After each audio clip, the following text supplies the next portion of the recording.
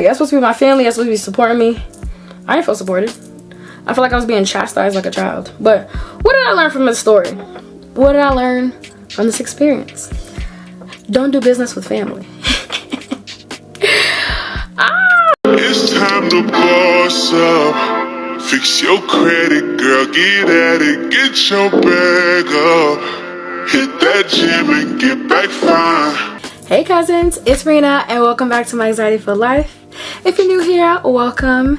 And if you are, not new here, thank you for coming back once again. Let's see my lovely face. And sorry if I look a little greasy or whatever. I just did my new skincare routine and I feel very glowy and I look like a glazed donut. But anywho, today we're gonna be doing a story time. Yeah, a story time. I've been waiting to do this story time for a minute, but I wanted like time to pass. Time has passed. I think it's time to tell a story. I think I mentioned it in one of my last videos and someone was like, yeah, we're gonna need that story time. So this is for you. As you can see, my hair, I already just washed it. It is growing. I checked the length in the back. I'm at bra strength length now, so I'm very, very surprised. Actually, in the sake of saving time and not messing up my parts like I did last time in the last video, I think I'm gonna do it off camera. Just like do the front so like I have clean parts, and then the back I don't really care about, honestly. I mean, it's gonna be neat, but I just want my front to be perfect. But so I'm gonna do that real quick. I'm gonna come back and go straight into the story time. Okay, y'all. So I'm back. I watched like half an episode of Deadly Women on Hulu. I don't know if y'all know this, but I love true crime, podcasts, shows, movies. That's my thing. So I was watching Deadly Women, but look how clean my parts are. I did the front just to like get it clean, and now I'm about to do the rest. So yeah, grab you a little something to drink, grab a snack. Let's get into the story time. I myself am gonna make a drink right now.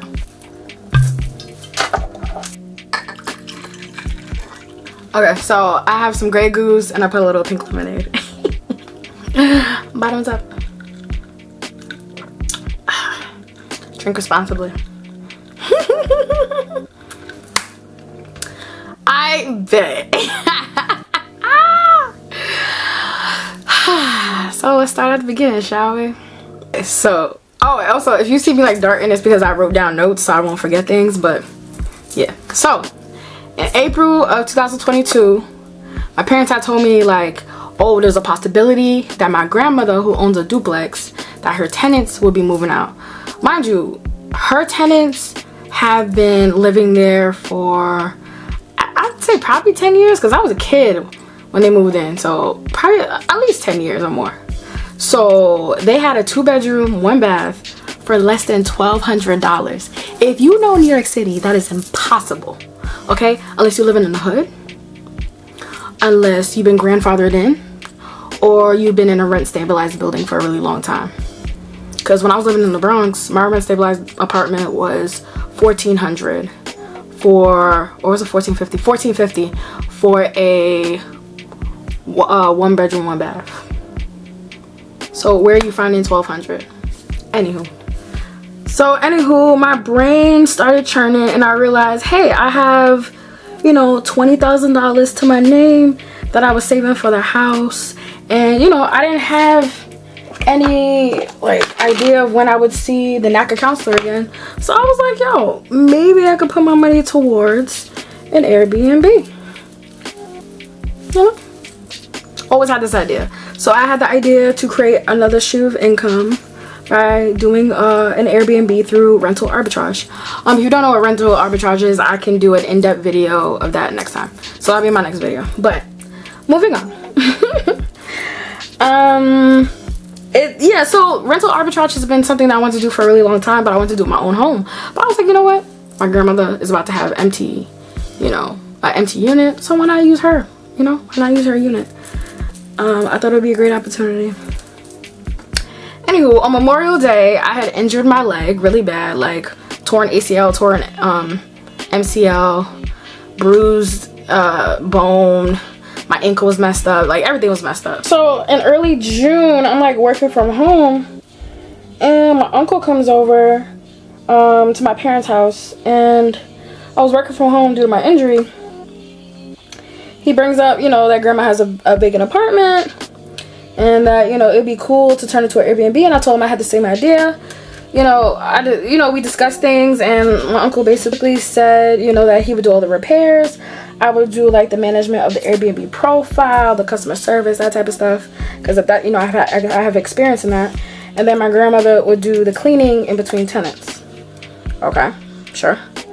Sounds like a dream, right? Because, you know, I had 2 years of experience with, you know, doing apartment and home renovations. I've also done management of tenant issues. What else? Tenant turnover, so when people leave and then, you know, you have to make the apartment nice for the next tenant. So yeah, I've done that for 2 years. I have experience in that. That was literally my job for 2 years. So, you know, I thought, you know, this sounds like the perfect opportunity, right? Wrong. And let me tell you why. Time went by, and I didn't hear from my uncle at all about the Airbnb. Nothing, no apartment. So I was just like, okay, I'm gonna do my own research or whatever. You know, why not? So that's what I did. While my leg was healing, I did some research on, like, you know, the Airbnb business. I already took some courses like in like pandemic 2021. So, you know, I knew about Airbnbs, how to start one, how to maintain one, you know, how to start an LLC and everything. And I already had my LLC from like early 2001. It's probably like over a year old now, and I never got to use it because I didn't have any property. So I was like, okay. Because I was anticipating on getting my home earlier, but that never happened. So my LLC was just sitting there. The only problem I realized I had was that I didn't know if I had enough funds to renovate the apartment. So when the tenants vacated, I didn't realize how bad the apartment was. Like I said, they were living there for a really long time. So there was a carpet there, which I didn't know about. So carpet throughout the entire apartment. Living room, the 2 bedrooms, the hallway, old tile in the bathroom and the kitchen. The kitchen cabinetry was old. The appliances were old, like white appliances. So I'm just like, this all needs to be replaced. There was water damage on the ceiling, but my uncle had fixed the leak that was happening, so there was no leaks that were happening. So I was like fine with that, but all the drywall needs to be fixed, and I went to test to see if there was any mold or anything behind there. But you gotta do your abatements, or you gotta do your testing, and if there is something that comes up in the test, you gotta do your abatements, because then it's not safe for someone to live in and breathe in mold. But yeah, so like I said, so it was just a matter of saving our money for like furniture, appliances, security, etc. So I was like, you know what? My boyfriend had a mentor from his childhood who, you know, taught him about construction and stuff and renovations. So I hit him up and I asked for a quote. I sent him pictures of the apartment. He gave me some, you know, some tips and stuff like that. You know, even though I've been in the project management construction field for like 6 years now, there's always still more to learn, you know what I mean? So, you know, I was listening to him and he was giving me great ideas of where I could save money with, you know, the biggest bang for my buck. And I said, okay, cool. So once he gave me the numbers, I was just like, okay, I gotta figure out how to spend this money, because I didn't want to spend my entire 20 grand. Like, that didn't make sense, because then, you know, I would have nothing left. I still needed money to, you know, for backup, just in case anything went wrong. So my goal was to spend a max of $14,500 for everything. The renovation, new tile for the floors. I was gonna get laminate hardwood or something like that. What else? There was just a lot. Replacing the drywall, paint. I had already searched up all the furniture that I want to use and paint, the paint colors, all that stuff. So yeah, I planned it all out. So I went to my brother, like I always do. Every time I have a business idea, I go to my brother for a consultation. But this time I was going to him as as someone who's looking for an investor. So I was like, hey, I want to cut down my costs. Can you what can you invest, you know, it's gonna cost this much, how much can you put towards this? He said, I could put $2,000 down. And I said, okay, I'll give him a percentage of the profits based on how much he invested. Everything was cool. He was gonna get, like, I think a profit of $500 a month, so passive income. So after 4 months, he would have made his money back. And then after that, it would have been gravy. All that money was just been pocketed. So I was like, okay, cool. So that was the deal we came up with. I was gonna put down $12,500 and he was gonna put down $2,000. Perfect. Now it was a matter of convincing my grandmother to let me, you know, rent out her apartment, renovate it, and everything. And she wouldn't have to pay for nothing. It would all come out of me and my brother's pockets. Yeah. So in order to convince her to do that, I created a little presentation on Canva. I use Canva for everything. So I made it on Canva. It was really nice. I'll post like a few of the clips here. But basically, the pages were like the scope of work, a breakdown of what we would be spending the money on, which contractors I'll be using, subcontractors for like the floor tile, to replace the countertop, the appliances that I was choosing to replace, the tile, the flooring, all of that, everything, including a price from my boyfriend's mentor for like the drywall, the plumbing work, all that stuff. So you know, I broke that down. What else I broke down? The schedule. I broke down the projections of how much I could make in that apartment for the area, because it was a 2-bedroom, 1 bath. She had a parking spot in the back. It was near train stations and buses. Like, you know, I'm not gonna tell you what trains and buses, but it's a lot of trains and buses in her area. The only thing is that it's a little ghetto area, but you know, neighborhoods change over time, so I wasn't too worried about that. But yeah, like I said, it's convenience, because it's like what, 30-45 minutes to the city from where she lives, and that's what people look for. They look for the fastest way to get to Manhattan or Williamsburg, you know, the nicer areas of New York City that they be showing in the movies. Not my area, but I mean, now we got a show, East New York, but it's a crime show, so I'm like, oh well, I mean, that makes sense. A lot of crime happens over here. But yeah, so that was the plan. I even did like projections for like high season, low season, average season, to see how much money we would make. I told her I was gonna pay her $2,000 a month in rent. $2,000. Remember, her tenants were paying like $1,200 or less, or something like that. I was willing to pay her $2,000 a month for her apartment. $2,000. And when I told her this, she said she only wanted me to pay $1,800 anyway. She was like, oh, you know, $1,800 is fine. I don't want that much money from you. I was like, you know, grandma, it's up to you. I prefer to pay $2,000, but if you say $1,800, I'm not gonna argue with you. Oh, let me take a little sip of my drink, because I ain't been sipping. I just been twisting. I said a sip, but I took 5. Oh my gosh. Okay, so I even did a cleaning schedule. I even did mock-ups of the design, because I already knew what the place looked like. So I created like what the apartments would look like in Canva with like furniture. Yo, it took me 3 weeks to create that whole presentation. 3 whole weeks before I presented it to her. 3 whole weeks of just wasted time.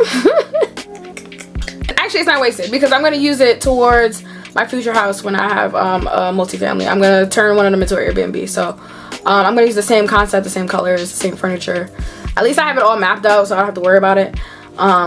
Hopefully my future house already have wooden floors, because that would cut down the cost a lot. That was the most expensive item. But yeah, so I had created a project schedule, especially with like things that had the longest lead times and stuff like that. So everything was gravy. Most of the stuff I was buying was from Amazon, Home Depot, so I already knew the lead times and how long it was going to take for the plumbing parts and furniture to arrive, all that type of stuff. Also, I had a cleaning schedule too. So I was gonna, you know, clean, you know, in between tenants. I was gonna block off a day between between tenancies, so that, you know, it would give me a full day to clean. I work from home 1 day a week, so I would have just eventually just been choosing which day that they move out as my day to clean, so that, you know, I could be working and cleaning at the same time, have the apartment ready for the next person. So that was my plan. Eventually my plan was to, like, once I started turning profit, sub out a cleaning company, or start my own cleaning company, honestly, because it's not hard to start a cleaning company. I actually was doing some research on that, but you know me, I'm always just starting business ideas, but I don't be following through all the way. So that's just something in the back of my head, but if I end up doing it, you know, it'll happen, whatever. So, like, once I got this presentation done, I sent it to my grandmother, and it was very easy to read and everything. You know, I made everything very simple, and yeah, like, it was the perfect presentation, honestly. At first she was like skeptical, because I don't know if she knows exactly what I do for work. She knows where I work, but I don't think she knows like the capacity of like what I actually do and what my title is. Most people don't actually. They ask me all the time, like, what are you doing here? And I'm like, I've explained this a million times. But I understand, I have terrible memory too, so I be making people repeat themselves, so I get it. Yeah, so if y'all didn't know, I'm an assistant project manager, but I've pretty much fulfilled the role of a project manager, and I get paid good money to do it, so I love it. I love what I do. So, you know, after her telling me about her concerns, like, she was like, can we just rent it out instead of do Airbnb? I said, if we rent it out, I'm not going to be able to make as much money and profit off of it. If we rent it out, we will make way more money doing Airbnb. If we do rentals, like, I'll skim off a little bit. And imagine me putting like $12,500 into this just to get a little skim off. Like, that's not gonna work for me. That's a big investment for a little ROI, like return on investment. So I was like, nah, I want the Airbnb, because I think I had projected that my money would come back to me within like 5 or 6 months, and that's what I wanted. If I did a rental, it would take over a year for me to get, not even a year, I'm lying to myself, probably like 2 years to get that money back, and that's too much. I'm trying to make passive income work for me, not me work for the passive income. So I explained that to her, and she was like, okay. And then she was on board with the idea. Everything was cool, perfect. I said, alright, I'm gonna start ordering stuff. So I ordered 2 queen beds because she had it's a 2-bedroom, 1-bedroom apartment. I ordered the ring system because she was concerned about security. What else did I order? Because it was like Amazon Prime Day, so things were like really cheap. So I was like, let me buy that. But yeah, I also secured a storage unit because I wanted a storage unit that was near her house that had like cleaning supplies, backup stuff for like things that people break and stuff like that. So, you know, that's what I wanted to do. So I bought, I signed a lease for my storage unit. I still have it to this day, by the way. I use it for other reasons, but yeah. So yeah, everything was cool. Then days later, I get a text from my aunt, her daughter, saying grandma doesn't want to do the Airbnb. I'm like, how do you even know about the Airbnb? I spoke to grandma about it. How do you know about it? But you know, that's her daughter, so she probably consulted her to see, you know, if it was a good idea. And I said, okay. Wait, let me not lie. Let me go see exactly what I said. Hold on. Okay. So, just give me a timeline. It's August 7th now. So I told you it was 3 weeks that I was working on the presentation. On August 7th, my aunt texted me. She's like, hey Rina, do you know mom doesn't want to do the Airbnb? I didn't see it until the next morning because I think I was sleeping for work. And that's the first message I see when I wake up, and I'm like, okay. Because like, first of all, why are you talking about it? Because I was speaking to her directly. I don't understand, but okay. So I guess she was trying to give me a heads up. And I said, okay. So I hit up grandma, asked her about it. You know, I was like, you know, Auntie Angela said that, you know, you don't want to do the, you don't want to do the Airbnb anymore. So I'm like, she's like, oh yeah, you know, I just rather rent it out. Can we rent it out? So she went back to the rent out idea. I said, if we do the rent out idea, I don't want to be a part of the project because it's not going to benefit me. I'm not going to make a profit on it. Doesn't make sense. I'm not spending $12,500 to rent. Doesn't make sense. I would barely be making profit. Barely. So it didn't make sense to me. Unless we moved in some white couple that wanted to pay $3,000 to move into the hood, because I've been seeing a lot of white people move into our hood lately, which is very interesting. But yeah, like I said, the community is changing. So the next 5 years is definitely gonna look different. I know for sure. But yeah, so I had talked to her again. She was back on board again. She was like, you know, I had told her my concerns and everything, and I said, Grandma, it's not gonna work if we rent. If we rent, like, I'm not gonna be able to put money towards this. Like, it just doesn't make sense. I'm talking in circles now, but I just want to emphasize that it didn't make sense financially for me to put $12,500 and my brother to put $2,000 to renovate this whole apartment just to rent it and barely make any money back. Because mind you, I was supposed to be paying him $500 a month. I'm gonna pay him $500. Then I'd be paying myself nothing after everything. Nothing. So yeah. Okay, so I remember now. I took a pause on the Airbnb stuff because I had gotten a tooth infection from my wisdom tooth. I remember. So I was dealing with that. I had to get wisdom teeth surgery. Got all 4 of them pulled at the same time, baby. It was an amazing time. But yeah, I got my teeth pulled, and then I had, you know, went back to it, and I was like, Grandma, I just want to know your ideas and like how you feeling about the Airbnb situation still. Like, I don't want to pressure you into anything, but like if you don't want to do it, let me know and I'll just pull out. But I can't go with the renting idea. So eventually we spoke.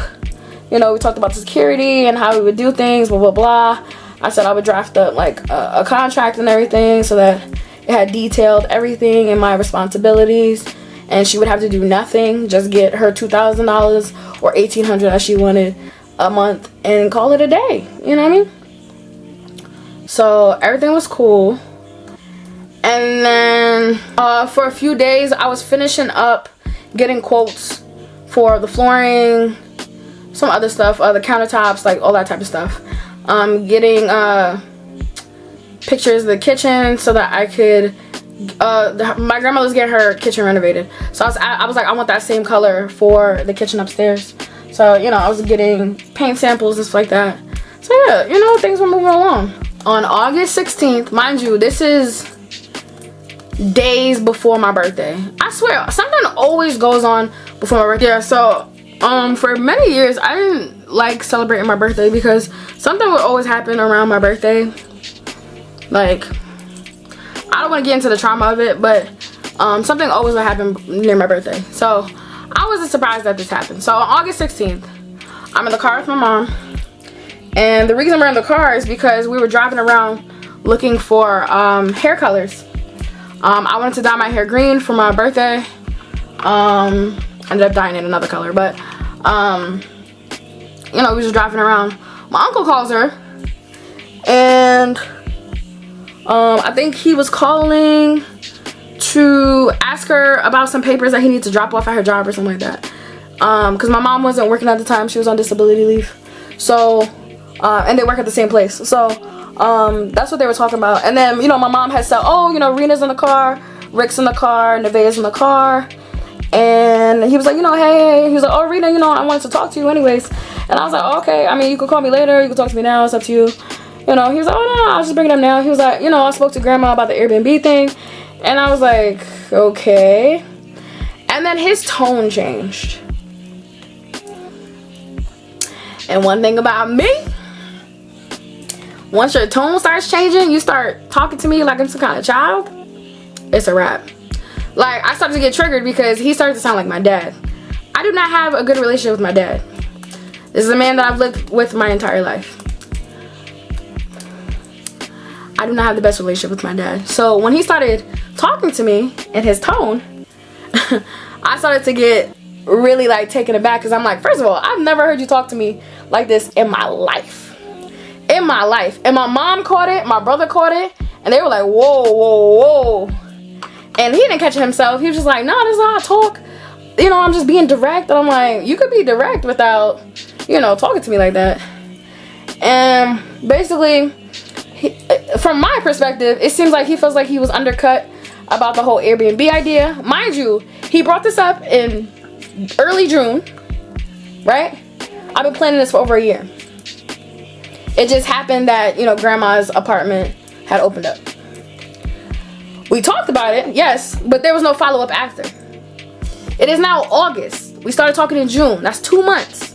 Nothing has gone by with planning or anything, so I started doing it myself. And he just felt like he needs to be involved with it and everything, because he was also doing renovations downstairs at my grandmother's unit. Like, they had just finished renovating her kitchen. They redid the tile and everything, put in new cabinetry. But I'm just like, it's not your house. I don't have to clue you in onto anything. Would it have been a courtesy? Sure, because we talked about the idea or whatever. But at the end of the day, I was spending my own money. I'm spending $12,500. I'm cluing my brother in with $2,000. Why do I need to consult you? I'm very confused. So I wasn't trying to be rude about anything. Like, if he wants to talk about it, sure. But it's the way he came at me. I was like, nah. So I immediately shut down and everything. I started to be like, yo, let's just end the conversation here, because I'm not feeling it. The vibes is off. So, you know, my brother, being the peacekeeper that he is, he stepped in. It was like, oh, you know, let's calm down and everything. He tells my brother, just stay out of this because it has nothing to do with you. First of all, if y'all know me and y'all follow me on Instagram, I don't play about my siblings. That's one thing I don't play about. I literally treat them like they're my babies. Right? So that that set my blood boiling. Like, why are you talking to my brother like this, first of all? And second of all, it 1000% has to do with him, because he's an investor and he's very much involved. He's been in the process the whole time. He's reviewed my presentation. He's the one that's been making sure I was getting quotes and stuff like that. He's the one that was keeping me on track. So, what do you mean? That's the problem. He made assumptions and he didn't know what the hell was going on. And yeah, it turned into that conversation. So at the end of that, we had parked near the beauty supply, and I was just like, you know what? I think I'm gonna just head out. Anytime there's confrontation, I'm not staying. I immediately, if I have the chance, I'm out. I am leaving. I am out. I've done it many times with my family. Friends, I do not care. I do not do confrontation. I do not do drama. It's not my thing. I like to watch it from afar, you know. I like to be a spectator, but don't involve me in no mess. So literally, I left the car. I said, yo, I don't want to talk about this no more. I slammed the car door, went to the beauty supply, and then all of a sudden I start crying. Because first of all, like I said, my uncle has never talked to me like that. Like, this is a family member who I used to pretty much look up to, and now you treating me like I'm a child? Like, I don't know what the hell I'm doing? Nah. And you talking to my brother crazy? Nah. So anytime I'm angry, I cry. Like, I'm a big crybaby. I don't know why I do that, but anytime I'm angry, I cry. So when when I'm really mad and I feel like I'm about to punch you in your face, I'll start crying. That's my way of letting it out, because I don't cry often, but yeah, that's when I let it out. But that's how angry I was. My sister came and gave me a hug. I said, I'm good. Let's just go get the hair colors and let's go about it.